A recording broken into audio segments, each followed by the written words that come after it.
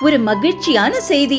இதயம் நல்லெண்ணெயின் விலை லிட்டருக்கு ரூபாய் 105 குறைஞ்சிருக்கு. செப்டம்பர் 2023ல 1 லிட்டர் இதயம் நல்லெண்ணெயின் அதிகபட்ச விலை ரூபாய் 503. ஆனா இப்ப 1 லிட்டர் இதயம் நல்லெண்ணெயின் விலை ரூபாய் 398 மட்டும்தான் தமிழ்நாட்டுல. அப்ப இனிமே எல்லாரும் இதயம் நல்லெண்ணெய் வாங்கலாம் இல்ல? केरला के गवर्नर राजेंद्र अर्लेकर जी, मुख्यमंत्री श्रीमान पी विजयन जी, केंद्रीय कैबिनेट के मेरे सहयोगीगण, मंच पर मौजूद अन्य सभी महानुभाव और केरला के मेरे भाई और बहनों, केरला गवर्नर राजेंद्र अर्लेकर जी, मुख्यमंत्री श्री पी पिणराई विजयन जी, കേന്ദ്ര മന്ത്രിസഭയിലെ എൻ്റെ സഹപ്രവർത്തകരെ, വേദിയിലും സദസ്സിലും ഉപവിഷ്ടരായിട്ടുള്ള മഹാനുഭാവന്മാരെ, കേരളത്തിലെ എൻ്റെ സഹോദരി സഹോദരന്മാരെ, എല്ലാവർക്കും എൻ്റെ നമസ്കാരം. ओरिकल कुड्डे श्री अनंत पद्मनाभ पांडे मणिलेक वरान साध तीर्थ दिल एनिक अतियाय സന്തോഷമുണ്ട്. എല്ലാവർക്കും എൻ്റെ നമസ്കാരം. ഒരിക്കൽ കൂടി ശ്രീ അനന്ത പത്മനാഭന്റെ മണ്ണിലേക്ക് വരാൻ സാധിച്ചതിൽ എനിക്ക് അതിയായ സന്തോഷമുണ്ട്. साथियों, आज भगवान आदि शंकराचार्य जी की जयंती है. 3 वर्ष पूर्व सितंबर में मुझे उनके जन्मभूमि क्षेत्र में जाने का सौभाग्य मिला था.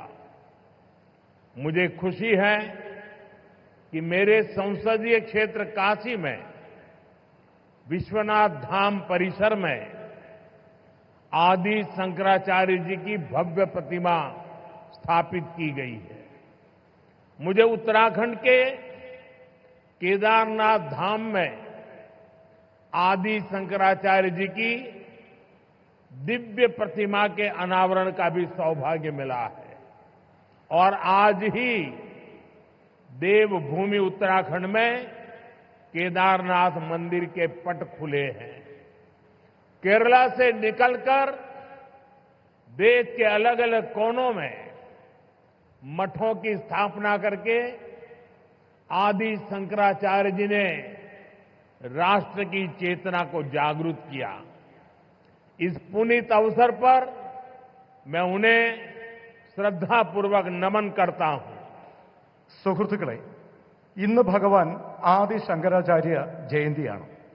3 വർഷങ്ങൾക്ക് മുൻപ് സെപ്റ്റംബറിൽ എനിക്ക് അദ്ദേഹത്തിന്റെ ജന്മഭൂമി ക്ഷേത്രം സന്ദർശിക്കാനുള്ള സൗഭാഗ്യം ലഭിച്ചു. എന്റെ മണ്ഡലമായ കാശിയിൽ വിശ്വനാഥ് ധാമിൽ അതിന്റെ പരിസരത്ത് ആദി ശങ്കരാചാര്യരുടെ ഭവ്യമായ പ്രതിമ സ്ഥാപിച്ചിട്ടുണ്ട്.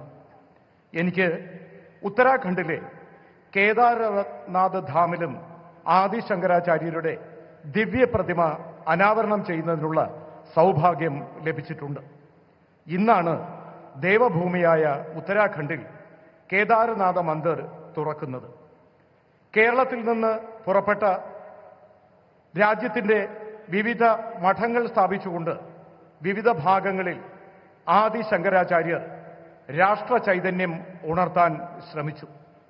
ഈ പവിത്രമായ അവസരത്തിൽ ഞാൻ അദ്ദേഹത്തിന് മുന്നിൽ ശിരസ് നമിക്കുന്നു. साथियों, यहां एक और अपनी संभावनाओं के साथ उपस्थित ये विशाल समुद्र है और दूसरी ओर प्रकृति का अद्भुत सौंदर्य है. और इन सब के बीच हम न्यू एज डेवलपमेंट का सिंबल ये विजिंगम डीप वाटर सी पोर्ट है. मैं केरला के लोगों को, देश के लोगों को बहुत बहुत बधाई देता हूं. സുഹൃത്തുക്കളെ, ഇവിടെ ഒരു ഭാഗത്ത് അപാരമായ സാധ്യതകളുള്ള വിശാലമായ സമുദ്രം, മറുഭാഗത്ത് പ്രകൃതി സൗന്ദര്യം വാർന്നൊഴുകുന്ന വിവിധ പ്രദേശങ്ങൾ. ഇതിനിടയിൽ ഇന്ന് ന്യൂ ഏജ് ഡെവലപ്മെന്റിന്റെ മാതൃകയായി ഈ വിഴിഞ്ഞം ഡീപ്പ് വാട്ടർ സീപോർട്ട് നിലനിൽക്കുന്നു. ഞാൻ കേരളത്തിലെ ആളുകൾക്കും ദേശവാസികൾക്കും അഭിനന്ദനങ്ങൾ അറിയിക്കുകയാണ്. साथियों, इस सी पोर्ट को 8,800 करोड़ रुपीस की लागत से तैयार किया गया है. अभी इस ट्रांसशिपमेंट हब की जो क्षमता है वो भी आने वाले समय में बढ़कर के 3 गुनी हो जाएगी. यहां दुनिया के बड़े मालवाहक जहाज आसानी से आ सकेंगे. अभी तक भारत का 75% ट्रांसशिपमेंट भारत के बाहर के पोर्ट पर होता था. इससे देश को बहुत बड़ा रेवेन्यू लॉस होता आया है. ये परिस्थिति अब बदलने जा रही है. अब देश का पैसा देश के काम आएगा.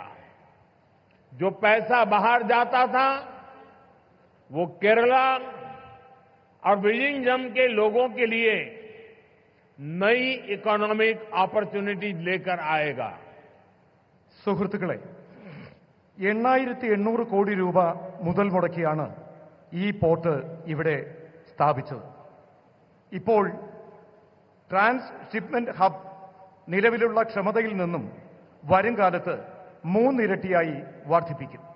അതിലൂടെ ലോകത്തുള്ള വലിയ വലിയ ചരക്ക് കപ്പലുകൾക്ക് വളരെ വേഗത്തിൽ ഇവിടെ എത്തിച്ചേരാനാകും. ഇതുവരെ 75%-ലധികം ട്രാൻസ്ഷിപ്മെന്റ് ഭാരതത്തിന് പുറത്തുള്ള പോർട്ടുകളിലാണ് നിലനിന്നിരുന്നത്. ഇതിലൂടെ രാജ്യത്തിന് വളരെയധികം സാമ്പത്തിക നഷ്ടം ഉണ്ടാകുമായിരുന്നു.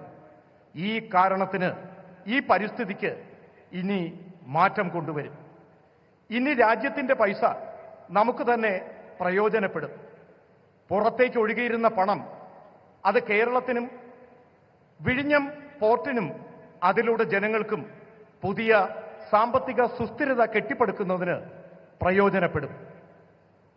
साथियों, गुलामी से पहले हमारे भारत ने हजारों वर्ष की समृद्धि देखी है. एक समय में ग्लोबल जीडीपी में मेजर शेयर भारत का हुआ करता था. उस दौर में हमें जो चीज दूसरे देशों से अलग बनाती थी वो थी हमारी मैरीटाइम कैपेसिटी, हमारी पोर्ट सिटीज की इकोनॉमिक एक्टिविटी. केरला का इसमें बड़ा योगदान था. സുഹൃത്തുക്കളെ, ഭാരതം സ്വാതന്ത്ര്യം നേടുന്നതിന് മുൻപ് ആയിരക്കണക്കിന് വർഷം നമ്മുടെ ഭാരതം സമൃദ്ധ ഭാരതമായിരുന്നു. ഒരു കാലത്ത് ഗ്ലോബൽ GDPയുടെ മുഖ്യ പങ്കും ഭാരതമാണ് സംഭാവന ചെയ്തിരുന്നത്. ഇതിനിടയിൽ മറ്റ് രാജ്യങ്ങൾ ഇതിൽ നിന്നും വ്യത്യസ്തമായി. ഇന്ന് നമ്മുടെ മാരിടൈം കപ്പാസിറ്റി, നമ്മുടെ പോർട്ട് സീരീസ്, നമ്മുടെ ഇക്കണോമിക് ആക്ടിവിറ്റി, ഇതിലെല്ലാം കേരളത്തിന്റെ പങ്ക് മഹത്തരമാണ്. केरला से अरब सागर के रास्ते दुनिया के अलग अलग देशों से ट्रेड होता था. यहां से जहाज व्यापार के लिए दुनिया के कई देशों में जाते थे. आज भारत सरकार देश की आर्थिक ताकत के उस चैनल को और मजबूत करने के संकल्प के साथ काम कर रही है. भारत के कोस्टल स्टेट, हमारी पोर्ट सिटीज विकसित भारत की ग्रोथ का अहम सेंटर बनेंगे. മുൻകാലങ്ങളിൽ കേരളത്തിലുള്ളവർ അറബിക്കടലിലൂടെ ലോകത്താകമാനം ട്രേഡിനായി പോയിരുന്നു. ഇവിടെ നിന്നും കപ്പലുകൾ വ്യാപാരത്തിനായി ലോകത്തിന്റെ വിവിധ ഭാഗങ്ങൾ സന്ദർശിച്ചിരുന്നു. ഇന്ന് ഭാരത സർക്കാർ രാജ്യത്തിന്റെ സാമ്പത്തിക ശക്തിയായ ഈ ചാനലിനെ കൂടുതൽ ശാക്തീകരിക്കാനുള്ള നടപടികളുമായി മുന്നോട്ട് പോവുകയാണ്. ഭാരതത്തിന്റെ കോസ്റ്റൽ സ്റ്റാറ്റസ് നമ്മുടെ പോർട്ട് സിറ്റീസ് വികസിത ഭാരത സങ്കല്പത്തിന്റെ പുരോഗതിക്ക് പ്രധാന സെന്ററായി മാറും. मैं अभी पोर्ट की विजिट करके आया हूं और गुजरात के लोगों को जब पता चलेगा कि इतना बढ़िया पोर्ट ये अदानी ने यहां केरल में बनाया है, ये गुजरात में 30 साल से पोर्ट पे काम कर रहे हैं, लेकिन अभी तक वहां उन्होंने ऐसा पोर्ट नहीं बनाया, तब उनको गुजरात के लोगों से गुस्सा सहन करने के लिए तैयार रहना पड़ेगा. അദാനി വളരെ വേഗത്തിൽ നമ്മുടെ വിഴിഞ്ഞം പോർട്ടിന്റെ നിർമ്മാണം പൂർത്തിയാക്കി. 30 വർഷമായി ഗുജറാത്തിൽ അദാനിയുടെ പോർട്ട് പ്രവർത്തിക്കുകയാണ്. എന്നാൽ ഇത്രയും വലിയ പോർട്ട് അദ്ദേഹം നിർമ്മിച്ചു നൽകിയത് കേരളത്തിലെ വിഴിഞ്ഞത്താണ്. ഇക്കാര്യത്തിൽ ഗുജറാത്തിലെ ജനങ്ങളുടെ പരാതി അദ്ദേഹം കേൾക്കേണ്ടി വരും. हमारे मुख्यमंत्री जी से भी मैं कहना चाहूंगा, आप तो इंडी अलायंस के बहुत बड़े मजबूत पिलर हैं. यहां शशि थरूर भी बैठे हैं और आज का ये इवेंट कई लोगों की नींद हराम कर देगा. നമ്മുടെ എയർലൈൻസുമായിട്ടുള്ള ബന്ധപ്പെട്ട പ്രശ്നങ്ങൾ, അതുമായി ബന്ധപ്പെട്ട കാര്യങ്ങളിലും ആവശ്യമായ ശ്രദ്ധ നൽകണം. He could not.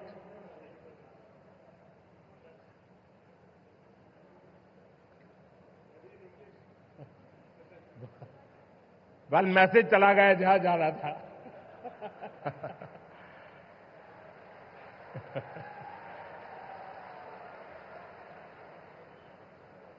साथियों,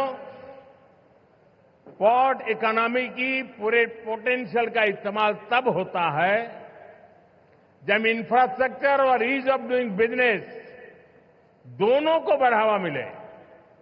पिछले 10 वर्षों में यही भारत सरकार की पोर्ट और वाटरवेज पॉलिसी का ब्लूप्रिंट रहा है. हमने इंडस्ट्रियल एक्टिविटीज और राज्य के होलिस्टिक विकास के लिए तेजी से काम आगे बढ़ाया है. സുഹൃത്തുക്കളെ, പോർട്ട് ഇക്കോണമിയുടെ മുഴുവൻ പൊട്ടൻഷ്യലും ഇപ്പോൾ പ്രയോജനപ്പെടുത്തുകയാണ്. ഇതിനുള്ള ഇൻഫ്രാസ്ട്രക്ചറും ഈസ് ഓഫ് ഡൂയിങ് ബിസിനസ്സും രണ്ടും പുരോഗമനത്തിലേക്ക് സഞ്ചരിക്കുകയാണ്. കഴിഞ്ഞ 10 വർഷത്തിനുള്ളിൽ ഭാരത സർക്കാർ പോർട്ട് വാട്ടർവേജ് പോളിസി അതിന്റെ ബ്ലൂ പ്രിന്റ് തയ്യാറാക്കിയിട്ടുണ്ട്. നാം ഇൻഡസ്ട്രിയൽ ആക്ടിവിറ്റികൾ, സംസ്ഥാനങ്ങളുടെ ഹോളിസ്റ്റിക് വികസനം എന്നിവയുടെ പ്രവർത്തനങ്ങൾ വേഗത്തിൽ മുന്നോട്ട് കൊണ്ടുപോവുകയാണ്. भारत सरकार ने राज्य सरकार के सहयोग से सागरमाला परियोजना के तहत पोर्ट इंफ्रास्ट्रक्चर को अपग्रेड किया है, पोर्ट कनेक्टिविटी को भी बढ़ाया है. पीएम गति शक्ति के तहत वाटरवेज, रेलवेज, हाईवेज और एयरवेज की इंटर कनेक्टिविटी को तेज गति से बेहतर बनाया जा रहा है. ईज ऑफ डूइंग बिजनेस के लिए जो रिफॉर्म्स किए गए हैं, उससे पोर्ट्स और अन्य इंफ्रास्ट्रक्चर सेक्टर में भी इन्वेस्टमेंट बढ़ा है. ഭാരത സർക്കാർ സംസ്ഥാന സർക്കാരുകളുടെ സഹകരണത്തോടുകൂടി സാഗർമാല പരിയോജന അതിന് കീഴിൽ പോർട്ട് ഇൻഫ്രാസ്ട്രക്ചർ അപ്ഗ്രേഡ് ചെയ്യുകയാണ്. പോർട്ട് കണക്ടിവിറ്റിയും വർദ്ധിപ്പിക്കുകയാണ്. PM ഗതിശക്തി പദ്ധതിയുടെ ഭാഗമായി വാട്ടർവേസ്, റെയിൽവേസ്, ഹൈവേസ്, എയർവേസ് ഇവ തമ്മിലുള്ള ഇന്റർ കണക്ടിവിറ്റി അതിവേഗം മുന്നോട്ട് കൊണ്ടുപോവുകയാണ്. ഈസ് ഓഫ് ഡൂയിങ് ബിസിനസിനായി നടത്തുന്ന റിഫോമുകൾ ഇതിലൂടെ പോർട്ടുകളും മറ്റ് ഇൻഫ്രാസ്ട്രക്ചർ സെക്ടറും അവിടെയുള്ള ഇൻവെസ്റ്റ്മെന്റ് വർദ്ധിപ്പിക്കുകയാണ്.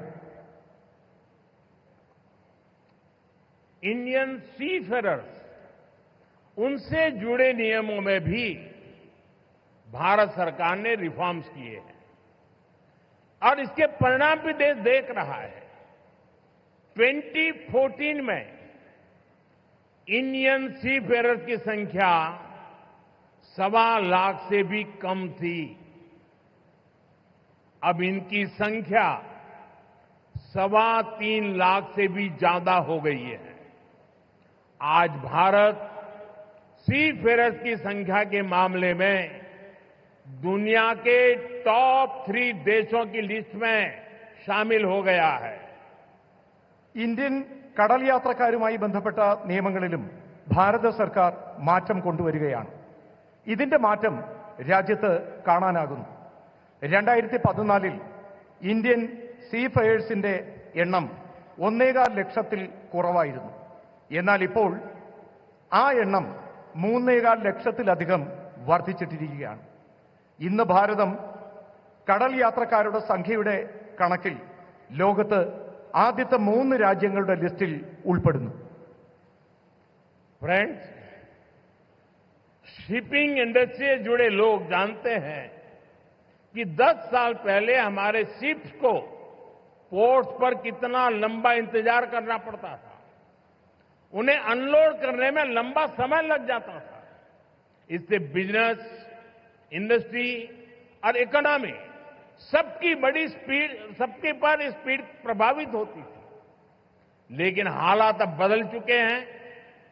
पिछले 10 वर्षों में हमारे प्रमुख बंदरगाहों पर शिप टर्न अराउंड टाइम में 30% तक की कमी आई है. हमारे पोर्ट्स की एफिशिएंसी में भी बढ़ोतरी हुई है, जिसके कारण हम कम से कम ज्यादा कार्गो हैंडल कर रहे हैं. ഷിപ്പിംഗ് ഇൻഡസ്ട്രിയുമായി ബന്ധപ്പെട്ട ആളുകൾക്കറിയാം, 10 വർഷങ്ങൾക്ക് മുൻപ് നമ്മുടെ കപ്പലുകൾക്ക് പോർട്ടിൽ ധാരാളം സമയം ചെലവഴിക്കേണ്ടി വന്നിരുന്നു. സാധനങ്ങൾ അൺലോഡ് ചെയ്യുന്നതിന് ദീർഘകാലം വേണ്ടി വന്നിരുന്നു. ഇതിലൂടെ ബിസിനസ്, ഇൻഡസ്ട്രി, ഇക്കോണമി ഇതിന്റെ എല്ലാം വേഗതയ്ക്ക് സ്വാധീനം ചെലുത്തി. എന്നാൽ ഇന്ന് കാലം മാറുകയാണ്. കഴിഞ്ഞ 10 വർഷത്തിനുള്ളിൽ നമ്മുടെ പ്രമുഖ തുറമുഖങ്ങളിൽ ഷിപ്പ് ടേൺ അറൌണ്ട് ടൈമിൽ 30% കുറവ് വന്നു. ഇതിലൂടെ പോർട്ടുകളുടെ എഫിഷ്യൻസി വർദ്ധിച്ചു.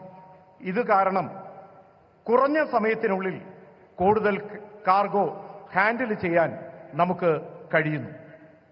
साथियों, भारत की सफलता के पीछे पिछले 1 दशक की मेहनत और विजन है.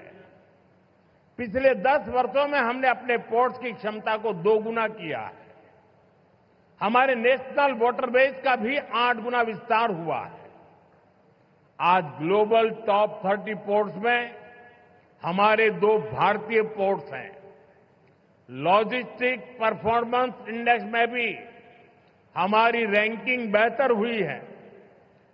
ग्लोबल शिप बिल्डिंग में हम टॉप 20 देशों में शामिल हो चुके हैं. സുഹൃത്തുക്കളെ, ഭാരതത്തിന്റെ ഈ വിജയം കഴിഞ്ഞ ദശകങ്ങളിലെ നമ്മുടെ പരിശ്രമത്തിന്റെയും കാഴ്ചപ്പാടിന്റെയും ഫലമാണ്. കഴിഞ്ഞ 10 വർഷത്തിനുള്ളിൽ നമ്മുടെ പോർട്ടുകളുടെ ക്ഷമത 2 ഇരട്ടി വർദ്ധിച്ചു. നമ്മുടെ നാഷണൽ വാട്ടർവേസിന്റെ വേഗത 8 ഇരട്ടി വർദ്ധിച്ചു. ഇന്ന് ഗ്ലോബൽ ടോപ്പ് 30 പോർട്ടുകളിൽ നാം 2ാം സ്ഥാനത്ത് നമ്മുടെ 2 പോർട്ടുകളുണ്ട്. ലോജിസ്റ്റിക്സ് പെർഫോമൻസ് ഇൻഡെക്സിലും നമ്മുടെ റാങ്കിംഗ് മികച്ചതാണ്. ഗ്ലോബൽ ഷിപ്പ് ബിൽഡിംഗിൽ നാം ആദ്യത്തെ 20 രാജ്യങ്ങളിൽ ഉൾപ്പെട്ടിട്ടുണ്ട്. अपने बेसिक इंफ्रास्ट्रक्चर को ठीक करने के बाद हम अब ग्लोबल ट्रेड में भारत की स्ट्रेटेजिक पोजीशन पर फोकस कर रहे हैं. इस दिशा में हमने मैरीटाइम अमृतकाल विजन लॉन्च किया है। विकसित भारत के लक्ष्य तक पहुंचने के लिए हमारी मैरीटाइम स्ट्रेटेजी का वो क्या होगी, हमने उसका रोड मैप बनाया है। നമ്മുടെ റോഡ് ബേസിക് ഇൻഫ്രാസ്ട്രക്ചർ ശരിയാക്കിയതിനു ശേഷം നാം ഇപ്പോൾ ഗ്ലോബൽ ട്രേഡിൽ ഭാരതത്തിന്റെ സ്ട്രാറ്റജിക് പൊസിഷൻ ഫോക്കസ് ചെയ്യുകയാണ്.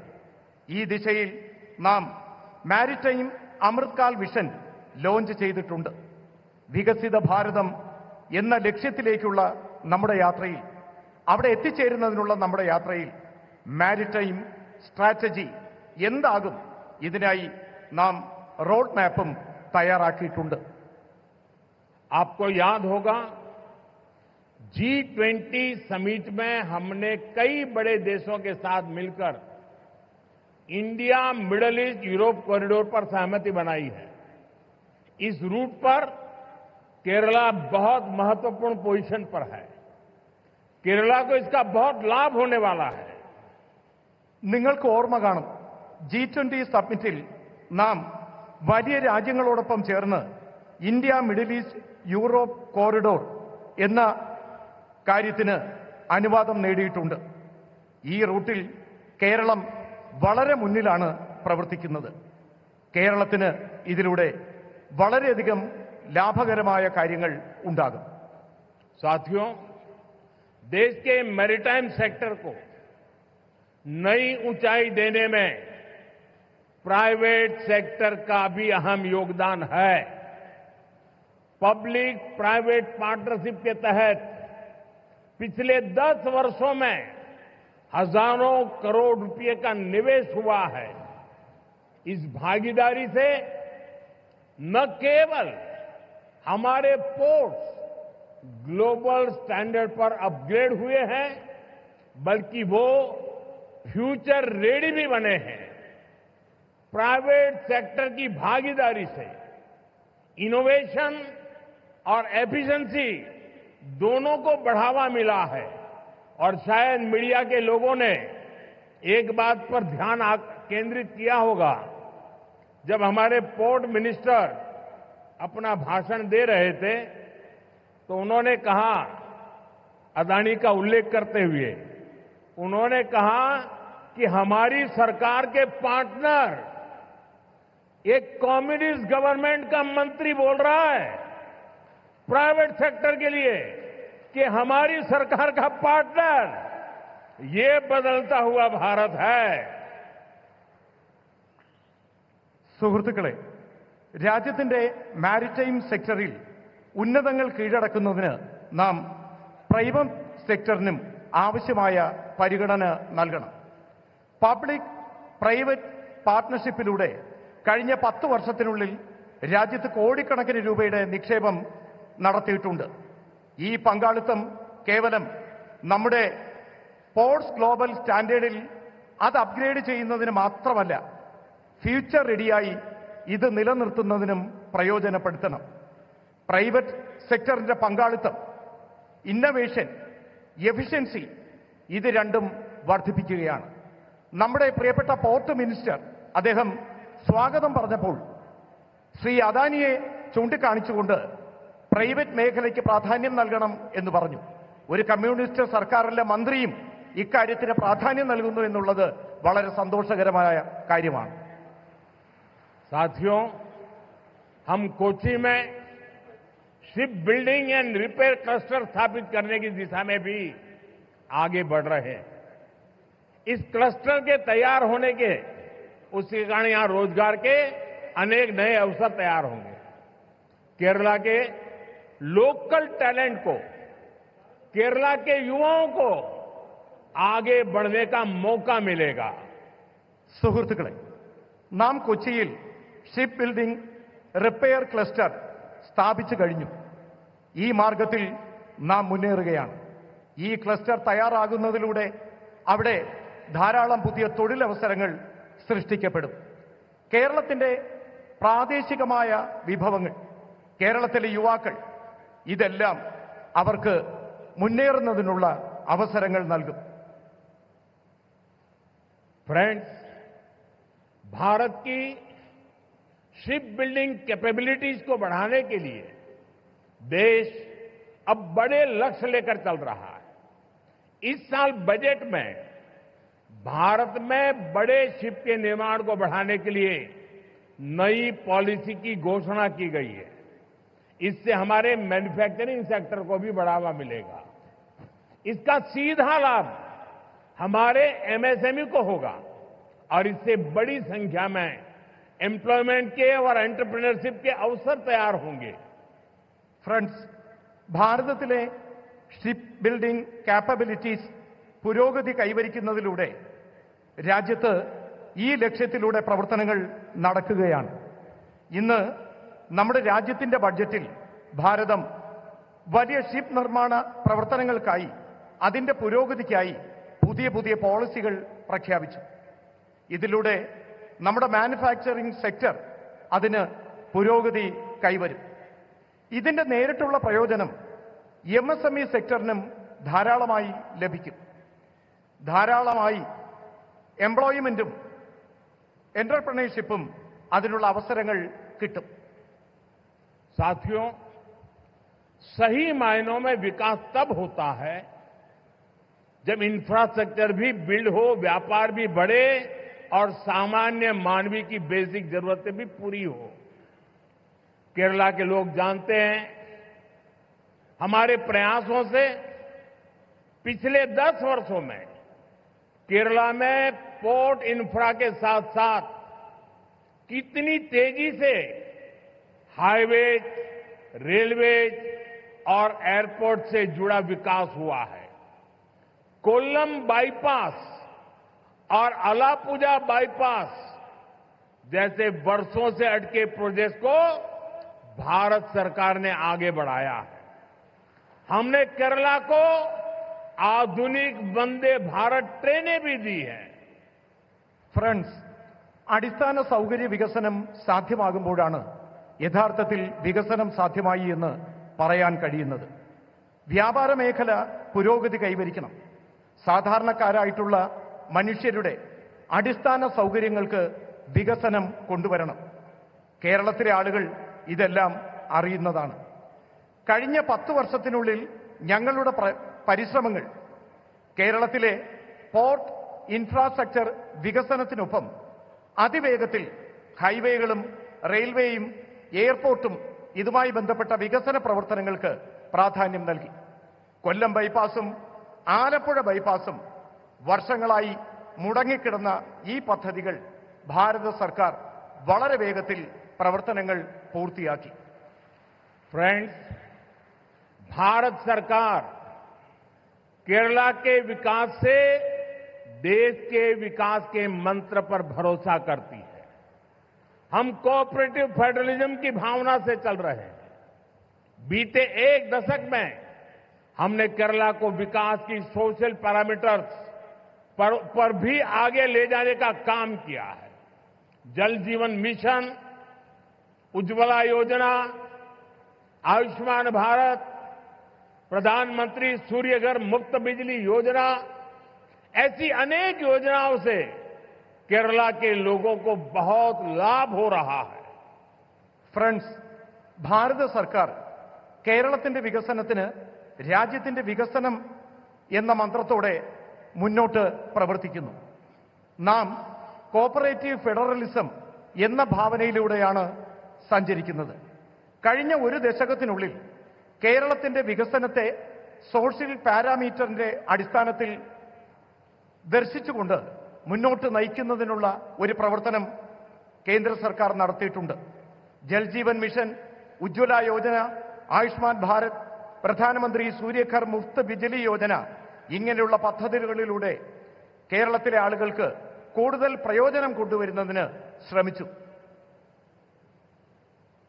साथियों, हमारे फिशरमैन का बेनिफिट भी हमारी प्राथमिकता है. ब्लू रिवॉल्यूशन और प्रधानमंत्री मत्स्य संपदा योजना के तहत केरला के लिए सैकड़ों करोड़ रुपए की परियोजनाओं को मंजूरी दी गई है.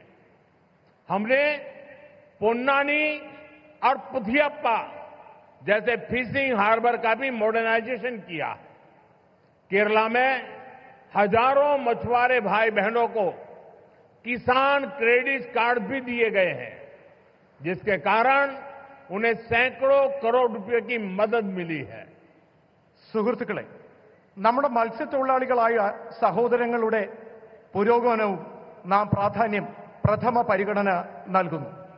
ബ്ലൂ റവല്യൂഷൻ, പ്രധാനമന്ത്രി മത്സ്യസമ്പദാ യോജന, ഈ പദ്ധതികളിലൂടെ കേരളത്തിലെ കോടിക്കണക്കിന് രൂപയാണ് ഇവിടെ വിവിധ പദ്ധതികൾക്കായി പ്രയോജനപ്പെടുത്തിയത്. നാം പൊന്നാനിയും പുതിയപ്പ ഫിഷിംഗ് ഹാർബറുകളുടെ മോഡേണൈസേഷൻ നടത്തുന്നതിനുള്ള പദ്ധതികൾ നടത്തുകയാണ്. കേരളത്തിലെ ആയിരക്കണക്കിന് മത്സ്യത്തൊഴിലാളികൾക്ക്, സഹോദരീ സഹോദരന്മാർക്ക് കിസാൻ ക്രെഡിറ്റ് കാർഡ് നൽകി.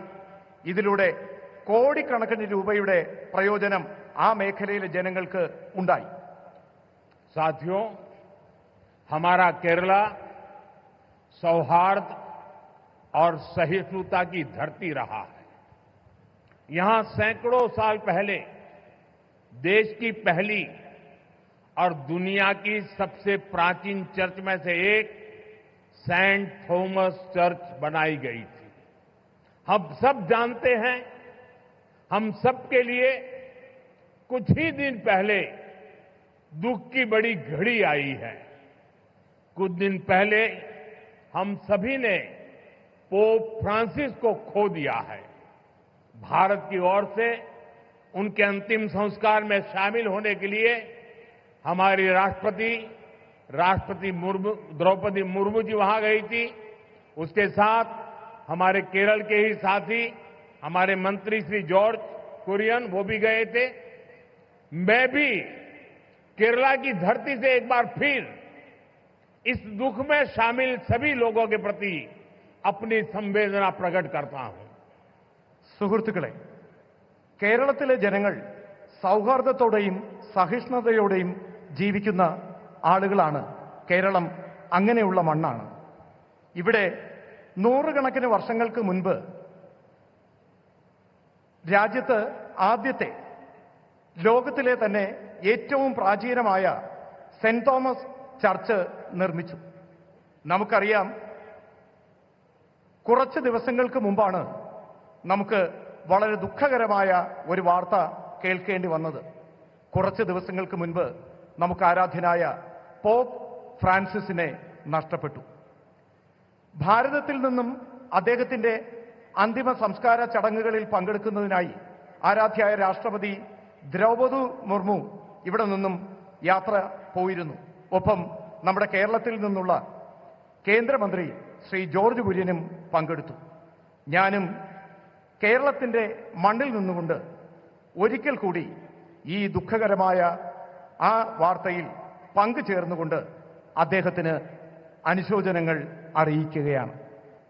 साथियों, पोप फ्रांसिस की सेवा भावना, क्रिश्चियन परंपराओं में सबको स्थान देने के उनके प्रयास, इसके लिए दुनिया हमेशा उन्हें याद रखेगी। मैं इसे अपना सौभाग्य मानता हूं कि मुझे उनके साथ जब भी मिलने का अवसर मिला, अनेक विषयों पर विस्तार से मुझे उनसे बातचीत का अवसर मिला और मैंने देखा हमेशा मुझे उनका विशेष स्नेह मिलता रहता था। मानवता, सेवा और शांति जैसे विषयों पर उनके साथ हुई चर्चा, उनके शब्द हमेशा मुझे प्रेरित करते रहेंगे। സുഹൃത്തുക്കളെ, പോപ്പ് ഫ്രാൻസിസ് സേവന മനോഭാവം കൊണ്ടും ക്രിസ്ത്യൻ പാരമ്പര്യം നിലനിർത്തുന്നതിലും അദ്ദേഹത്തിന്റെ പരിശ്രമങ്ങൾ ലോകത്താകമാനം എന്നും ഓർമ്മിക്കപ്പെടും. എനിക്കും സൗഭാഗ്യം ലഭിച്ചിട്ടുണ്ട്. ഞാൻ അദ്ദേഹത്തോടൊപ്പം പലതവണ അദ്ദേഹത്തെ കാണാനുള്ള അവസരം എനിക്ക് ലഭിച്ചു. ആ അവസരങ്ങളിലെല്ലാം അദ്ദേഹത്തിന്റെ പ്രത്യേക സ്നേഹം എനിക്ക് ലഭിക്കുകയും ചെയ്തു. മനുഷ്യത്വം, സേവന മനോഭാവം, ശാന്തി എന്നീ വിഷയങ്ങൾ അദ്ദേഹവുമായി ചർച്ച ചെയ്തിരുന്നു. അദ്ദേഹത്തിന്റെ വാക്കുകൾ എനിക്ക് എപ്പോഴും പ്രേരണ നൽകിയിട്ടുണ്ട്. साथियों, मैं एक बार फिर आप सभी को आज के इस आयोजन के लिए अपनी शुभकामनाएं देता हूं। केरला ग्लोबल मैरीटाइम ट्रेड का बड़ा सेंटर बने और हजारों नई जॉब्स क्रिएट हो, इस दिशा में भारत सरकार राज्य सरकार के साथ मिलकर काम करती रहेगी। मुझे पूरा विश्वास है कि केरला के लोगों के सामर्थ्य से भारत का मैरीटाइम सेक्टर नई बुलंदियों को छुएगा। സുഹൃത്തുക്കളെ, നിങ്ങൾക്ക് ഓരോരുത്തർക്കും ഇന്ന് ഈ പരിപാടി ഉദ്ഘാടന ചടങ്ങിലേക്ക് എത്തിയതിന് നിങ്ങൾക്ക് ഓരോരുത്തർക്കും ശുഭാശംസകൾ നേരുകയാണ്. കേരളം ഗ്ലോബൽ മാരിടൈം ട്രേഡിന്റെ വലിയ സെന്ററായി മാറണം. ആയിരക്കണക്കിന് തൊഴിലവസരങ്ങൾ സൃഷ്ടിക്കപ്പെടണം. ഈ ദിശയിൽ ഭാരത സർക്കാർ സംസ്ഥാന സർക്കാരിനൊപ്പം ചേർന്ന് പ്രവർത്തിക്കാൻ ആഗ്രഹിക്കുന്നു. എനിക്ക് പൂർണ്ണമായ വിശ്വാസമുണ്ട് കേരളത്തിലെ ജനങ്ങളുടെ കഴിവ് ഭാരതത്തിന്റെ മാരിടൈം സെക്ടറിന്റെ പുതിയ വെല്ലുവിളികൾ ഏറ്റെടുക്കുന്നതിന് വിജയകരമായി മുന്നോട്ട് വരുമെന്ന്.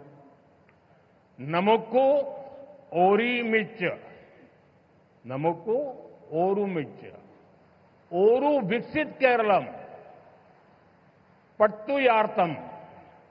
ജയ് കേരളം, ജയ് ഭാരത്.